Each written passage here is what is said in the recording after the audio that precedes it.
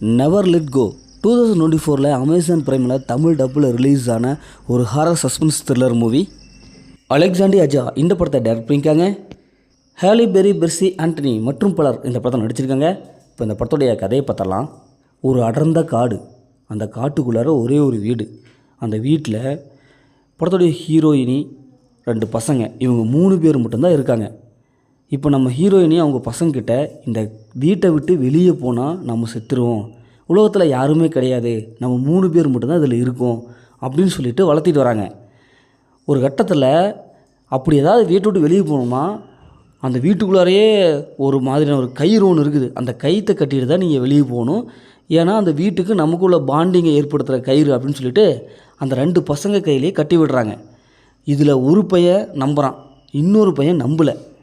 சரி அப்படி என்னதாண்டா இருக்குது அப்படின்னு சொல்லிட்டு ஒரு நாள் அந்த வீட்டை விட்டு அந்த கயிற்றையை அவுத்துட்டு வெளியே போயிடலாம்.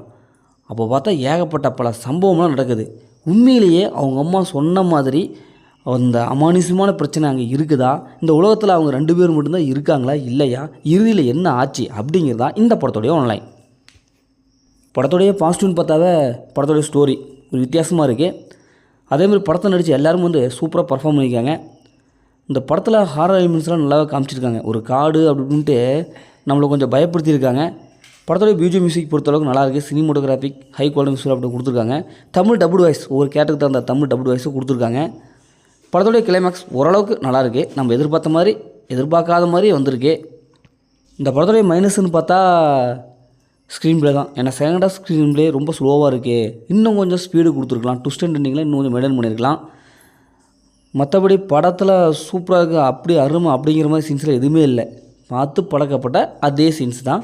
இந்த படத்தை ஃபேமிலியோட பார்க்கலன்னா கண்டிப்பாக ஃபேமிலியோட பார்க்கலாம். இருந்தாலும் ஒரு மாதிரி அகோரமான சீன்ஸ்லாம் நிறைய இருக்குது, அதை ஸ்கிப் பண்ணிவிட்டு ஃபேமிலியோட பார்க்கலாம். மொத்தத்தில் இந்த படம் சூப்பராக இருக்கா சுமாராக இருக்குன்னா இந்த படம் ஒரு ஒன் டைம் வச்சு தான் நாங்கள் சொல்கிறோம். ஓகே, இதேமாதிரி அடுத்த ஒரு புதிய மூவி ரிவ்யூவில் சந்திப்போம்.